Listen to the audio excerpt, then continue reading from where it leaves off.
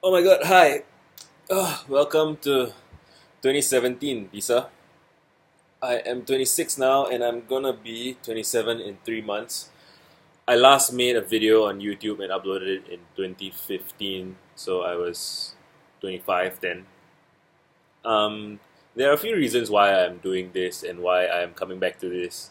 One is every so often when I watch a video of myself from before, I find it really compelling to be able to just see myself and see how I've changed. I mean, we have photos. Um, Videos are just better than photos for many reasons, right? Because when you look at a photo, you kind of imagine everything that happened around it. But like with the video, there's so much to look at. You can look at my eyes, you can hear the inflection of my voice, you can look at my body language, and these are all things that will change over time. And I am curious to know um, what these changes are gonna be. I mean, I'm going in circles. Basically, I just think it's cool to have videos of yourself periodically. I think everybody should make at least a video speaking to themselves at least, let's say, once a year. And after good decisions, after bad decisions, so that you can get a sense of your feelings. So I do this with my writing. So I have been writing a thing called my word vomit project, and I am at 600,000 words, 650,000 words actually, and I really enjoy being able to revisit my old writing. It really shows me where I come from and where I've been, and that allows me to have a sense of progress. It allows me to feel like I'm growing. It allows me to be more at ease with myself and my rate of progress, because without knowing where I came from, without knowing how I'm getting better, I just feel lost. I feel lost. I feel scared. I feel lonely. Yeah, lonely. You could say that. I feel fragmented, detached, all those things, and I wanted to make videos regularly, but I kind of got scared, and I kind of got uh, I want to say lazy, but the reason I was lazy, okay, I'm making this video now because my wife's not home, and I am very self-conscious about making a video when other people are in the room. I need to be alone to make a video. Um, I guess I could do it in a locked room, but it's still not the same. Does anyone else feel this way? I don't know if this is a common thing. I also don't like people standing near me or over me or beside me while I'm writing, because there's just something about that process that makes me feel really naked. And maybe I should get good at doing this to the point that I'm comfortable doing it in front of an audience, meaning with people watching me. I mean, I have spoken in front of a live audience before, but and that was okay for me. That has been okay for me because there's a reason for that. But there's something about just deciding to speak to a digital audience or a non-existent audience that turns me off, that makes me feel self-conscious, and which brings me to what I want to talk about. Oh my god, we're 4 minutes in. Which brings me to what I want to talk about, which is just I have become a cautious person. I was a lot less cautious when I was a teenager. I'm sure I was in some ways, but I was a lot more willing to take risks. I was a lot more willing to be wrong. I think because at the time I felt like I had nothing to lose, so I could say anything. I could just say whatever I was thinking, and if people thought I was stupid, then fuck them. I don't give a shit. But now I don't think I thirst for people's approval, but I don't want to be making dumb mistakes in public. And the problem with that is when you try to reduce your error rate by not doing anything, then you also reduce your rate of doing anything good, because you're just reducing your rate of doing things. And that's not smart.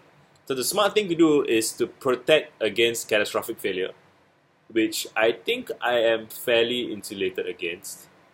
And then to what else? to to instead of trying to avoid being wrong, just preempt that some wrongness is involved and solicit feedback and solicit corrections and suggestions and just kind of build that atmosphere that is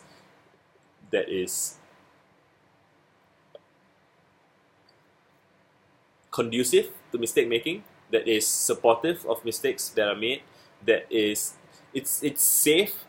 You know, the phrase safe space has taken on this negative quality, but the inverse is this idea that people should just be exposed to criticisms and you know, we say free speech, but we just mean um, I should be able to attack you and insult you at any time, and you should deal with it. And you know, I used to believe that very strongly when I was a kid, but that's because you know I wanted to pick other people's things apart, and I felt like I was consistent then because I didn't mind if people were picking me apart because I didn't have anything to lose. Um, what has changed? I think there's something here. I think. What do I think?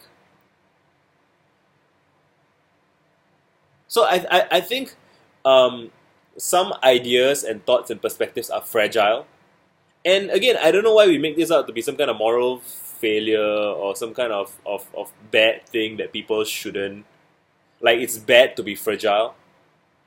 I mean, do you get what I'm trying to say here? So I think Steven Spielberg has this quote about how when inspiration comes, it often whispers, it doesn't shout. So like you really have to be listening for it. You have to be very sensitive to it. And similarly, I think a lot of great conversation is just it's just sensitive. It's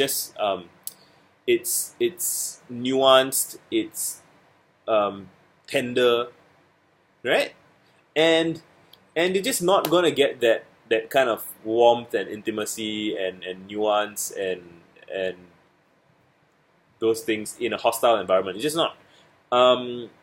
Should people be expected to share intimate thoughts and feelings in a hostile environment? No, right? I mean, do you think that happens? So people who are advocating for hostile environments are you know,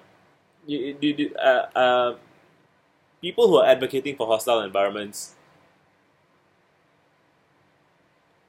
either they assume that um, good thing people who advocate for hostile environments assume that a hostile environment will be conducive to good things, or that good things don't exist, or that good things if a good thing does not come out in an environment, then there are no good things. You know, there's this lack of understanding of how good things are. It's late. I'm getting sleepy, so I'm just gonna roll this off. But what I'm trying to say is, anyway.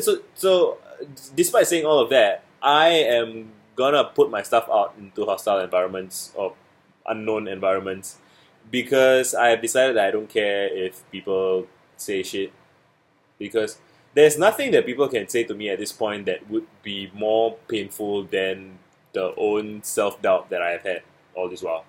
And I have dealt with people before, so I can do it again. So I am going to do it. So I'm going to be less cautious. I'm going to make more videos. I'm going to write more. I'm going to say what I think.